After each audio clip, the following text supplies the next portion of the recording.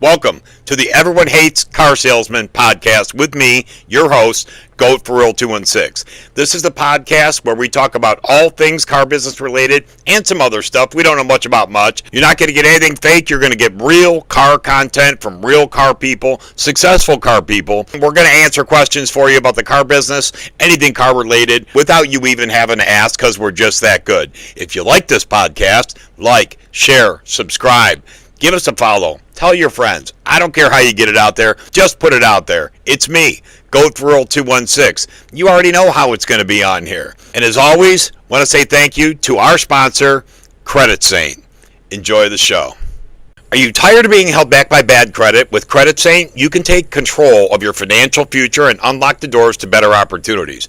Join the community of satisfied clients with over 14,000 five-star Google reviews and experience personalized credit repair services that help you rebuild your credit score and achieve your dreams. Call 855-279-6799. That is 855-279-6799. Credit Saint will get you on the road to financial freedom. Give us a like, give us a share, give us a follow, subscribe. Follow me on social, Go for Real 216. And again, I'd like to take a second to say thank you for spending time with us on the Everyone Hates Car Salesman podcast with me, Go for Real 216. Subscribe now. It's the coolest thing on the planet. We are back here at the Everyone Hates Car Salesman podcast. I think you guys know who I am, Go for Real 216 on social media. This is the podcast where car guys get together and we talk real talk. I want to start out really quickly by acknowledging our sponsor. Are you tired of being held back by bad credit? With Credit Saint, you can take control of your financial future and unlock the doors to better opportunities. Join the community of satisfied clients, over 14,000 five-star Google reviews, which you can't fake 14,000, by the way, and experience personalized credit repair services that help you build your credit score and achieve your dreams. Call 855-279-6799. One more time, 855-279-6799. Credit Saint will get you on the road to financial freedom. I have one of my favorite people in the social media and car world with me here today. His name is Yusef. You want to say hello, Yusef? Hello, everybody. And hey, Sean, how are you?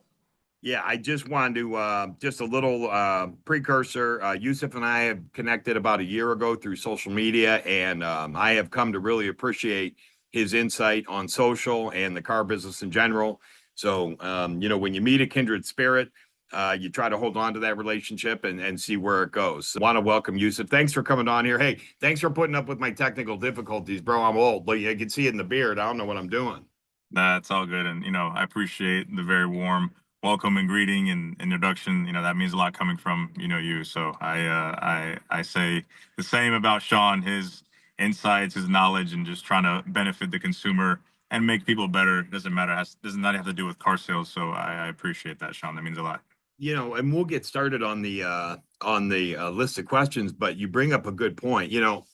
I think that a lot of people, and one of the things that always comes up in this podcast, so we're going to just touch on it now, and I think you're a good person to give input on this, the stigma, of car salespeople and in general, you're a car dealer, you're this or that, you kind of touched on it a little bit.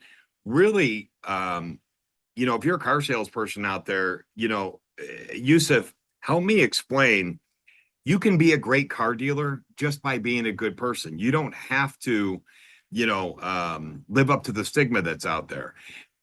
For you personally, tell us a little bit about your journey and how you've been able to overcome that, because you're very much viewed as a dealer first, but you are also, you side on the consumer advocate side sometimes. I see you looking out for people. How do you navigate those waters? Absolutely. So navigating the stigma is definitely difficult because, when you kind of advocate for the consumer, there are still people that are very polarized about, car salespeople, dealerships, they're ripping people off. I got a, high interest loan. I paid $20,000 over for this car. So I think for me to navigate it, it's so interesting to see that honesty probably trumps the stigma about getting a one and done or just trying to make as much money as possible on that one deal. And I believe that, by me showcasing that, I was going to have this image that you can help people, give them the knowledge they need, and still make money. And I think this is a testament to you Doug, me, and many other content creators that sort of advocate for the same exact sort of mentality that like not everybody has to be under the wing of just, oh, I don't know, or ignorance. And I think because of creators like us, there have been so much information that people can propagate into their lives and help them make better decisions for themselves. So help that navigating that hasn't been difficult. I've received a lot of positivity. I've received a lot of good feedback.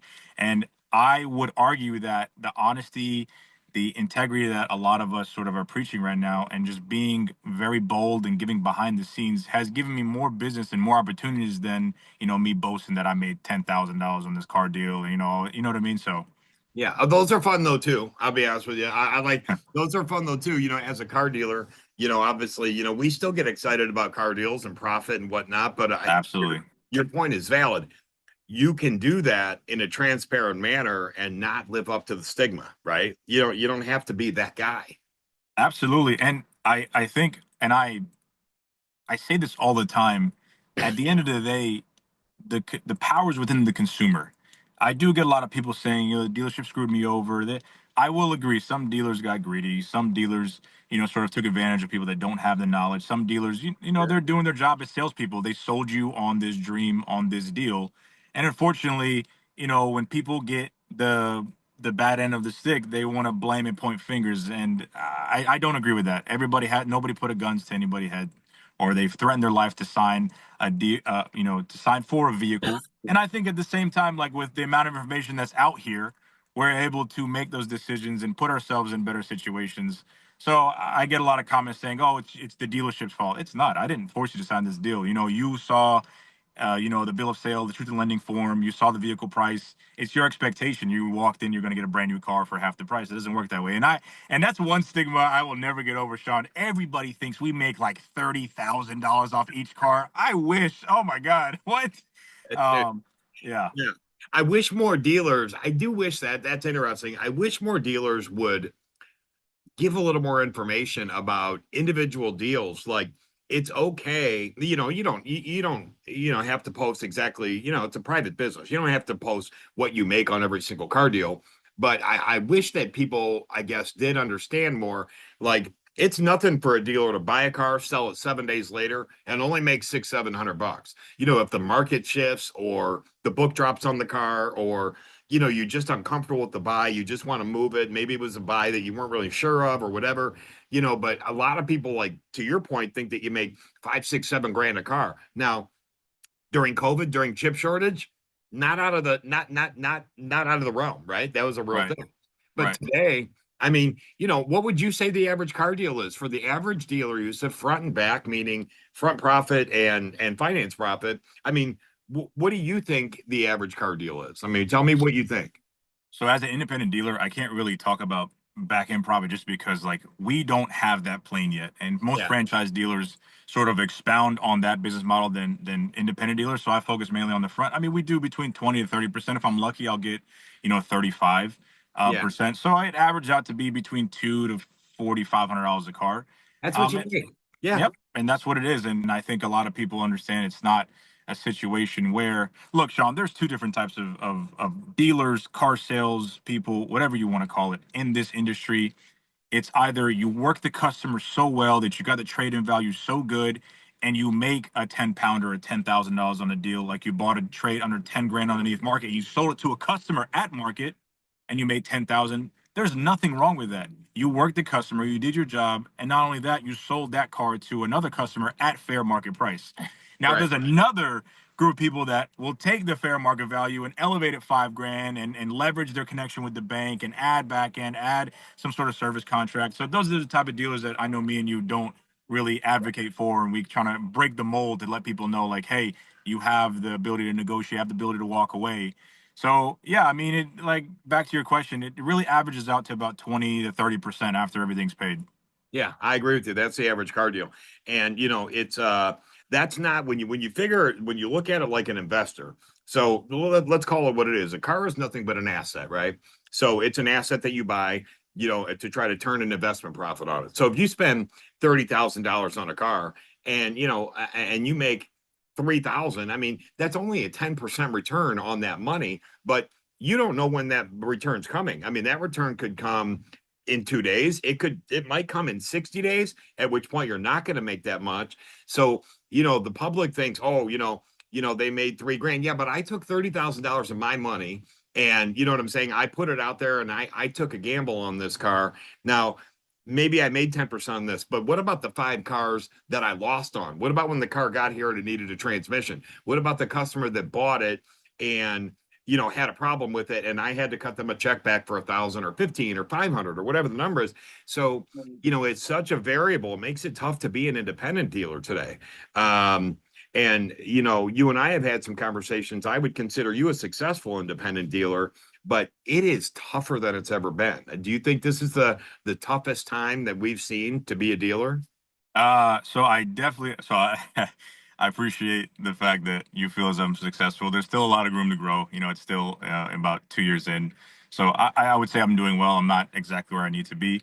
So yeah, I think being an independent car dealer, you're married to the deal and have so many other verticals and variables you have to be tied to rather than a franchise, dealership where everything's compartmentalized between, your funnel for sales, finance, and then your service. So they're all three separate. And in those little separate compartments, you have everybody doing their job. For me, I'm the mechanic. I'm the person that goes to the auction. I'm the one that deals with finance. I'm the one that helps deal with title work. I'm the one that helps deal with leads, educating people on credit. And now obviously with this new social media, kind of making time for that too. So it does spread you thin. Yeah. And I think when it comes to right now, a lot of people ask me, should I open up a dealership? I tell people all the time, it's so much competition now, Sean, and the barrier of entry to becoming a dealer is low. You just got to get your license, get a surety bond, have a place, and that's pretty much it. And that doesn't necessarily mean because people are going out to be a car dealer are going to be successful. A lot of people don't really think about how we can buy cars now from the auction. But what's your exit strategy? You don't have any finance companies. You're sitting with a car. If anything, like you said, you have 30,000 of your own money. Typically, it takes 45 to 60 days to sell a car. If I'm waiting 2 months to get back 3,000, does it really make sense, right? So Right. I think, like you said, it is definitely a different animal being an independent dealer. And right now, I would tell people if you are thinking of becoming a car dealer, be niche or focus on wholesale because I think right now across the whole spectrum, I think everybody, whether you're franchise independent, vehicle acquisition has been very difficult, whether it be condition, vehicle price, or just even like market sentiment. It's just weird. You'll buy a car that's hot one day, next day it will sit for 4 months. It doesn't make any sense. Yeah. So, and I want to get into you here in a minute, but, you know, I'm a big believer, and tell me how you feel about this. What are you, what plans do you have, or how are you currently implementing private owner acquisition into your acquisition strategy? Very much so. I still think when it comes to private vehicle acquisition or buying it from consumers, people they value their car of what they value at. And when we come in with Carfax, wholesale value MMR, or just plug in V Auto and see laser appraiser and just kind of see what the market is going for a wholesale auction, there's a big discrepancy. So there's a battle to be fought when it comes to, hey Yusuf, I love your channel, or hey Sean, I love your channel. I have a 2020 Nissan Altima I want to sell to you. I owe 15 on it. The value may be, I don't know, maybe 13, and they want 20 for it. And I think that's one of the hurdles with buying private. But to be honest, it's a great strategy. I bought many vehicles that I feel as if I got a great deal on, and I made really good profits. So I think that's an excellent strategy. And I think anybody who has a social media following, or even if you don't, start and use that and funnel people from the outside rather than trying to go to the auction and just sticking to that Wow. as your only channel as vehicle acquisition. Yeah, I agree with you 100%. So give me a little bit of, there's some people that are going to want to get to know you. I mean, you put yourself out there on social in a pretty transparent way. But how'd you get to where you're at today? Tell me about your journey. I mean, give me a little background. Absolutely. I was in Miami. I had a software startup company. I had some things happen personally in my life. Company didn't do well, so I decided to, branch back out to some of my connections. And for me, it was 10 steps back to go back to where I grew up. I grew up in Greensboro, North Carolina. And then I started doing food reviews, and then I had an opportunity to join in on a dealership called Rose Auto Sales, which is owned by Nick and Mo, and they gave me an opportunity to essentially they had cars sitting, so I would fix their cars, that, they weren't interested in fixing. Like I'm talking about, old BMWs, new BMWs, older Mercedes and whatnot. And then I would split the profits with them 50-50. Then I had the opportunity to open up Charlotte Auto Center with them. So I went up with them. And then from there, that's when everything took off after my food reviews. Everybody thinks I started out being a car dealer. If you look at my first earlier videos, dude, I was blowing up being food review, but Yeah. that wasn't good for my weight. So I I transitioned into more vehicle stuff. And Sean, I preach the transparency because, dude, I've been there. I didn't grow up having a lot. So like when I had the opportunity to get a BMW M3 when I was 21 at 22% and had it repoed 7 months later, that was me. And I was the one who kept doing that same situation. I would get myself in the same situation financially where I'd over leverage myself 100%. So I'm telling people it's not worth it. I've been there. I drive nice cars. I do these things. And once you get it, it's just there. It's just what's Yeah. next. So Yeah. Yeah. that's sort of a nutshell what happened, man. And then TikTok blew up, and a lot of people, really resonated with the message I was giving, and especially you. I mean, Sean, you're one of my biggest inspirations too, kind of giving that transparent information.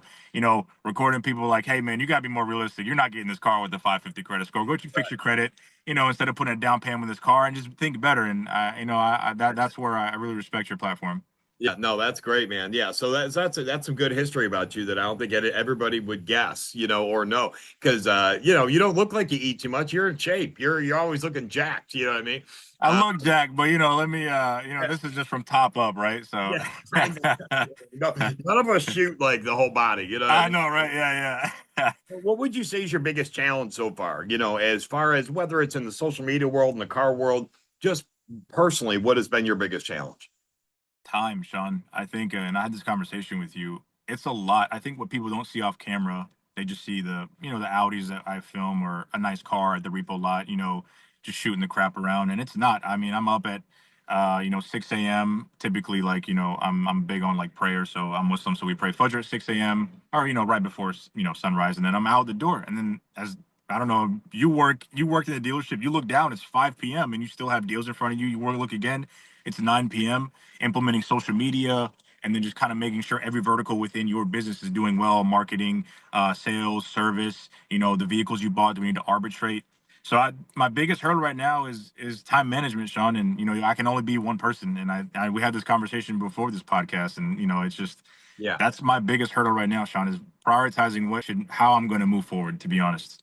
Yeah, I remember the feeling of just wishing that you could just split yourself in half or three, because no one cares about your business like you, right? I mean, so, and it's tough to find people that are passionate about somebody else's business today, because guess what? Anybody can go start a business of some sort, with all the tools that are out there now, AI and everything else. I mean, you can decide, I want to start a widget business, and literally you can jump on chat gpt and learn how to start a widget business. So it's hard to find people who are more passionate about your business, than they used to be, because they can just go start their own thing. They're like, wait a second, I can do that now.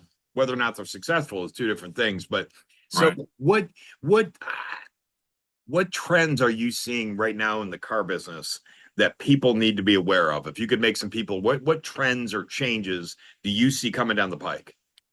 I just essentially just more transparency and just educate yourself. I think the trend I'm still seeing is people still putting themselves in the position that they are in, they can't get out of, whether it be negative equity, whether not understanding that when you buy a car and you finance it, interest is on the front end, so you're not really paying down the principal unless you pay two times the payment.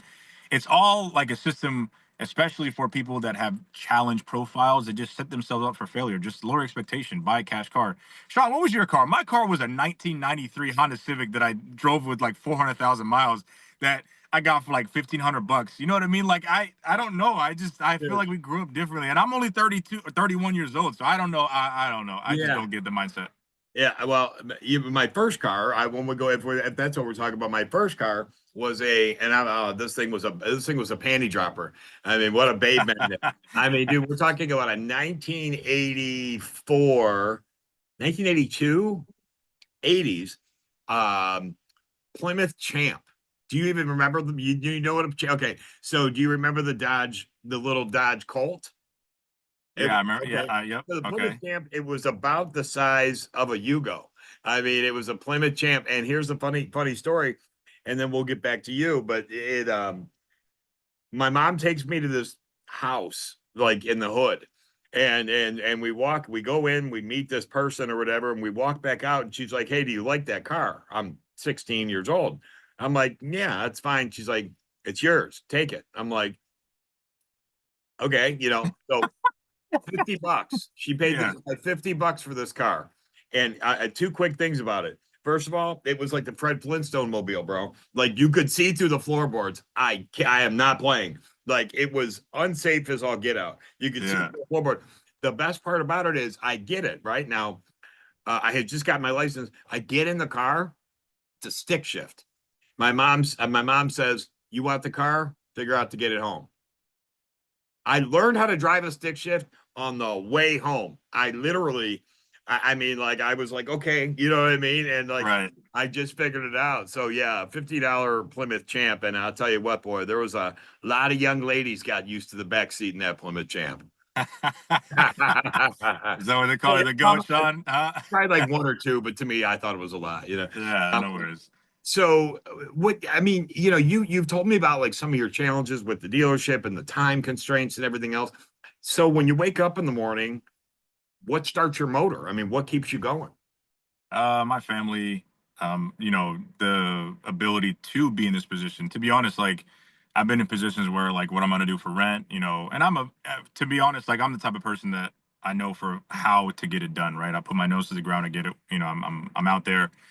But and then also it's just a situation where like everybody wants to be successful. Everybody wants to be financially stable and rich. And for me, when you get a taste of like making 2 grand, 3 grand off a couple, three, 4 cars in a month, you're like, oh, I want more. So there's that inherent nature that people have to like just continuing the growth and not really focusing on whether or not it's going to be good growth or bad growth. And I think that's where I'm at right now to figure out whether is it better for me to stick back, advocate for consumers, and just kind of do a little bit at a time, or continue full blast and then still manage.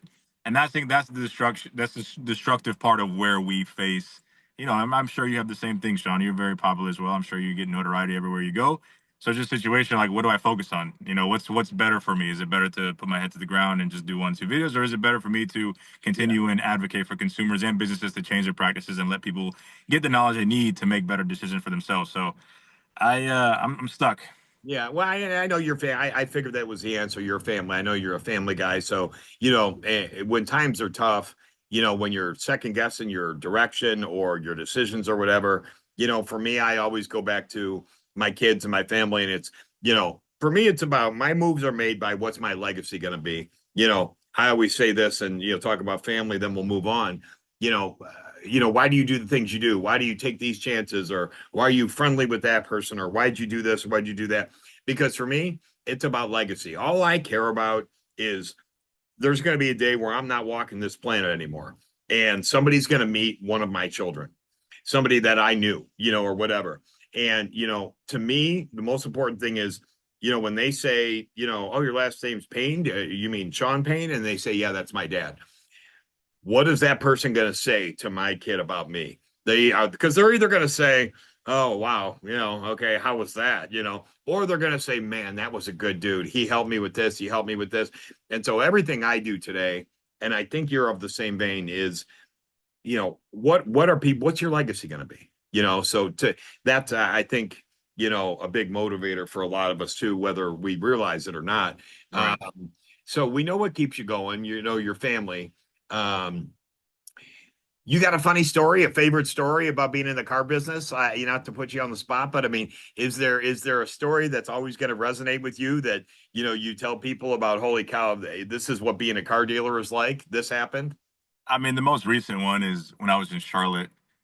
Uh, there was an older gentleman who was taking care of his old elderly mom, and he would come by. I'm telling you, Sean, like every day, and just hang out with me or Maria or Annabelle. They're the amazing salespeople over at Charlotte Auto Center.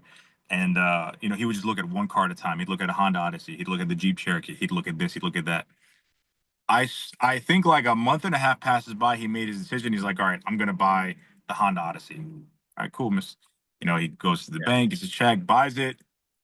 Yo, Sean, an hour later, he wants to swap it out for the Jeep Cherokee. And then an hour, and then a day later, he swapped it. So like literally and I felt bad for him. I'm like, yo, like, typically we don't do this type of stuff, but if it Yeah. was for you and I see him bringing his mom out, and I think we exchanged like 2 or 3 cars when he finally were like, listen, make sure this is the last one, because all he would say is too high for my mom. My mom doesn't like it because, it Sure. doesn't fit her. But anyways, long story short, that's what it's like being a car dealer. Like it's just stuff like that you don't expect, especially being an independent car dealer. So I don't know.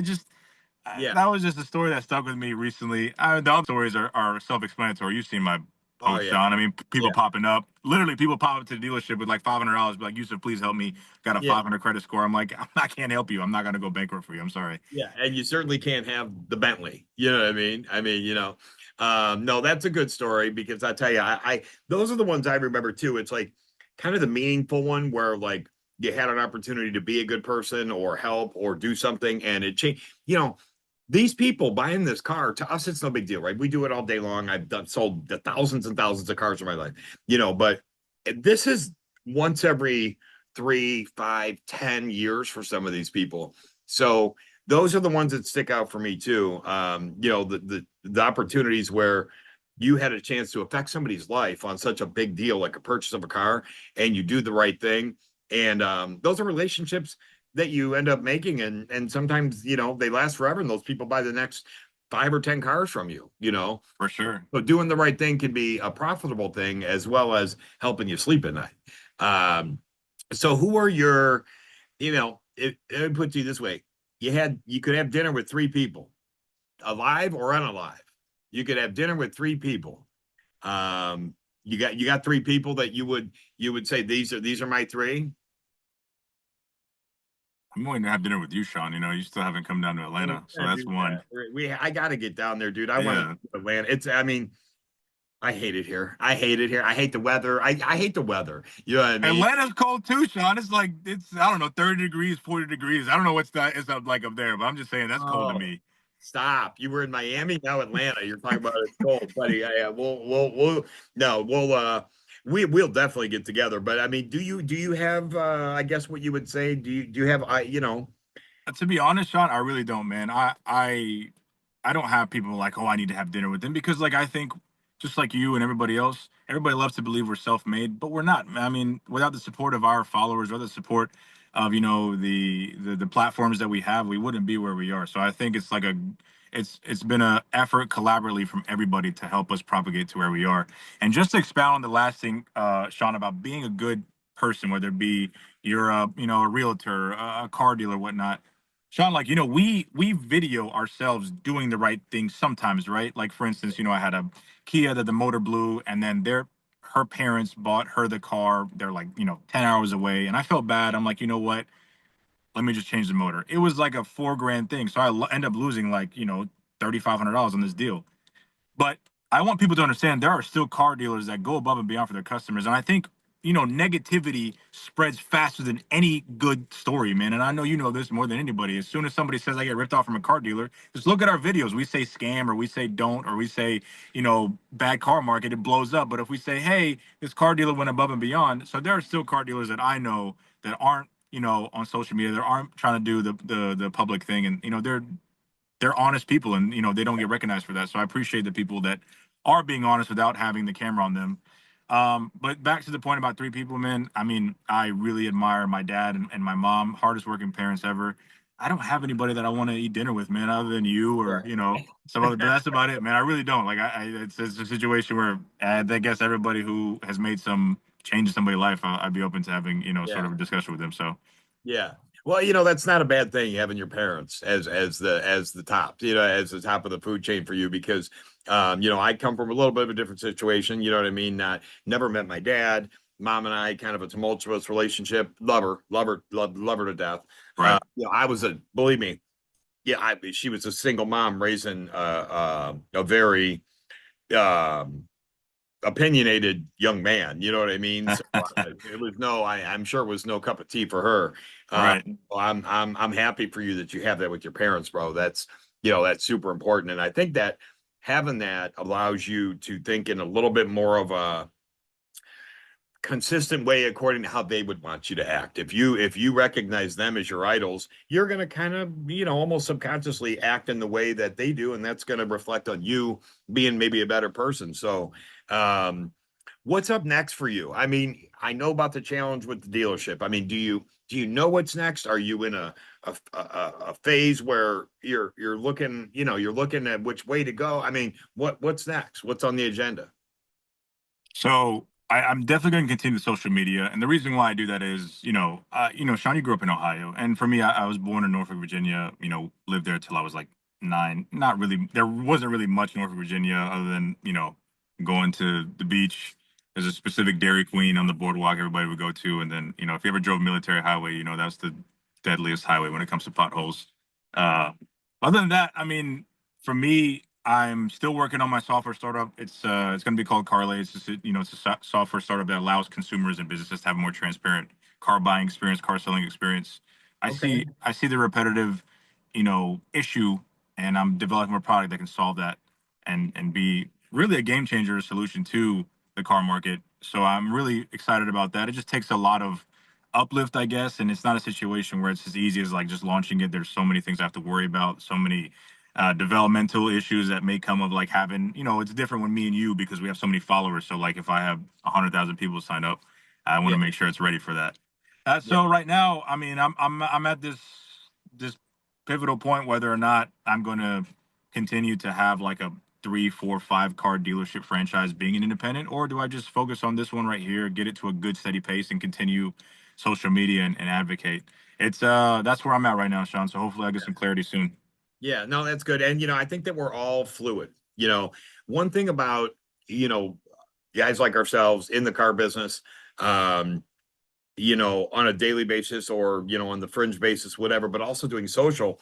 One thing it does is it gives you options. At one point you're looking at it like, I don't know what I want to do. This is so hard doing this with this, and then the other, but what a blessed option to have. Like, hey, if I want to, I can not be in the car business anymore and I can just make videos and I could probably feed my family and not go backwards. And maybe become wealthy or maybe not, but you could definitely survive, with the following that you have for sure.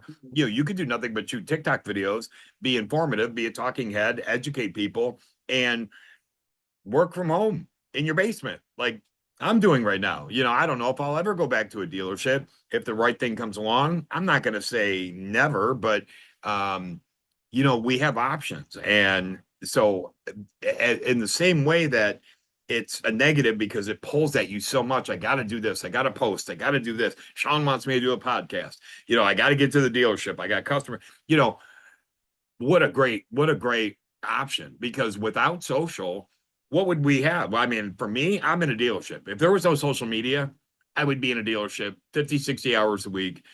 And that would be, and I would be happy doing it, but I wouldn't know about this option. So, I think we need to count our blessings. And certainly you're one of those guys. You have options. What I mean? You're not stuck in anything, especially with your knowledge of the techie side and everything that you do know. And you've taught me a lot. So I for one feel blessed. So, I hope that while you're in this decision stage, that you'll also, look up and say, man, thank you. Thank you for allowing me to have decisions. You know what I mean? Because a lot of people Absolutely. don't. Some guys are stuck in a dealership, Yusuf. No, you're right. You're right. What would you And say to somebody who, and I'm sorry to interrupt you, but I no, want to you're make, good. what would you say to somebody who is in the car business and wants to become the next Yusuf, ride with Yusuf on social? I as much as I would admire that, I think the being having your individualistic like approach towards social media is what makes people famous, or they have their little niche that they go off of. So being the next ride with Yusuf really wouldn't be anything special, because right now I'm just repeating honesty, and people can do that in their own way, right? So I tell people that ask me these questions all the time, Yusuf, how can be the best car salespeople? Sean, like, I mean, you do trainings, and I admire your shift in the game, and I think you'll do amazing because your knowledge across the board, whether it be from sales or finance or F&I or anything, any dealership that hires you is going to benefit tremendously. And, not even that, like long term, they would probably 100x whatever they got coming in. So I'm wishing you very, very well on that, Sean. And I think I tell people all the time, like, it's crazy, Sean, how many car salespeople don't know their product. They don't know what a V6 is or V4 is, or there's a hat. And so I tell people, number one, know your product, be honest, and I'm telling you, people will buy from you. Like, if you're too pushy or too like, people can smell that, and unfortunately, it's not a good game. So if you want to be the next Raul Yusuf, just be honest, and there's nothing wrong with you making money. Tell them straight up and be firm. Be like, hey, I can't do it, and that's what people need. Don't be like, oh, I'll try to do it, then you lie to them, then they get an unexpected price. Just be straight up. Right. So that's how I believe, being the next, GOAT or the next Sean or the next whoever that's promoting honesty and still advocating for them to make money. You just got to be transparent up front. Yeah, I love it. Well, I'm going to let you get back to running your 19,000 businesses that you're involved in. I'm just playing, but I do want to take a minute and say thank you. You've been a great influence with me. You showed me a lot about, the tech side of things and the affiliate marketing side of it. I know I lean on you a little bit. So sometimes you get a 1 a.m. text from me or something like that, hey, dude, what about this? Or how's this work? So I really appreciate you being willing to share your knowledge. And, I definitely count you as a friend, so I'm happy that we were able to spend time today. You took time out of your day. What would you leave us with if you had to all the car guys out there, what's the one thing that you want people to take from a meeting with Yusef? What's the one thing you would want to leave them with? I think the one thing I'll leave people with is just, remove pride and, just any ignorance or arrogance you have, and just be the most genuine person you can be. And I'm going to say a hot take, Sean, because I forgot to say this earlier. I believe an independent car dealer or car salesman will rock sales over any franchise salesperson. I'm sorry, that's just my opinion. That's just my opinion. Yeah. But I think being just be versatile, like you said, like know the product, know what you get with the credit or the profile of the customer, and then just put them in something that that will work for them. Don't oversell anything, don't undersell anything, and that's what I want to leave with people. And think of him as if it's your mom or your dad. I know some people would sell their mom and dad, but I'm saying in general, we want to take to our family, but just leave with that. And I think, and I appreciate you, Sean, because not only that, I've seen the help that you've done for people and how it's, people tag you in random videos, and I see on my For You page, Sean really saved me from this, or, this video that Sean did has allowed me to put in perspective what I'm going to pay for a car. I'm going to prioritize my credit thing. So even if it's not legacy with your kids, Sean, you're giving yourself legacy through other means and other channels. So that's very admirable. And I applaud you for that. And I hope you continue to grow that way. Yeah. Yeah. Well, I appreciate it. I will, I'll let you go. I know you and I will be in touch and we'll talk more about this, but thank you for coming on here. Obviously this podcast is a little bit new. I'm still feeling out the glitches, but to have somebody like you on here so early is honestly an honor for me. So, thank you again for your time. And, we'll definitely be in touch, but, if you like this podcast, give me a like, give me a share, give me a follow, give me a download, give me a subscribe, give me something, guys. Give Muller. Just give him $1. Just send him $1. Or just cash at me $1. No. But, give us a like, give us a share, give us a subscribe. If you like this podcast, again, thank you to Credit Saint, our sponsor. If you have credit issues, they are the absolute go-to people in the country. Get your score up so you can buy a car from Yusef and have a nice 700 credit score so he doesn't have to worry about which bank he can get you approved through. So, but we're signing off from the Everyone Hates Car Salesman podcast. Yusef, thank you so much. Sean, thank you. It was an honor. All right. Love you, brother. That's our show for today, boys and girls. Thanks for visiting us on the Everyone Hates Car Salesman podcast. Like, share, subscribe, download, tell your friends. Again, I don't care how you get out there. Just help a brother out. Want to say thank you once again to our guests for today, as well as our main sponsor, Credit Saint. Make sure you see us next time with me, Goat for Real 216, on the Everyone Hates Car Salesman podcast. Deuces.